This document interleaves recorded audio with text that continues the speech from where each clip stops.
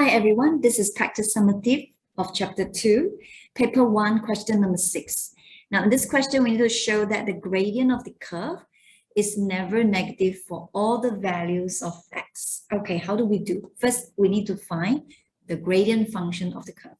So y, that means we need to find dy dx because the gradient of tangent is dy dx. So let's differentiate this. We have 9x squared minus 36x plus 42.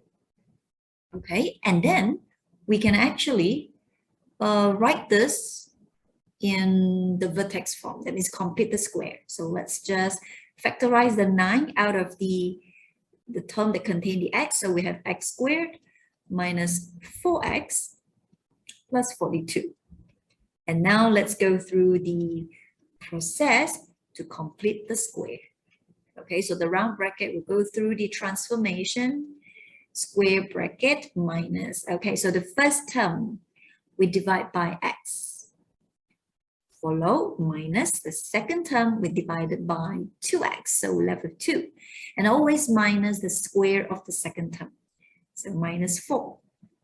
Double check. If I expand this, I will have x squared minus 2 times x times 2, which is negative 4x. And when I expand this, I will always have extra of positive of the second term, that is 4. So I have to minus that away because I just want to get back x squared minus 4x.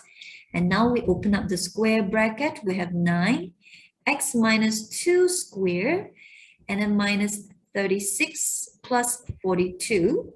And continue to simplify it, x minus 2 squared, and then minus plus 6. So from here, we notice that no matter what the x value is, this part will never be negative. It will always be positive. So over here, we can make a conclusion that mt will always be greater than or equivalent to 6. So we have just shown that the gradient is never negative for all value of x. Okay, so we have just shown.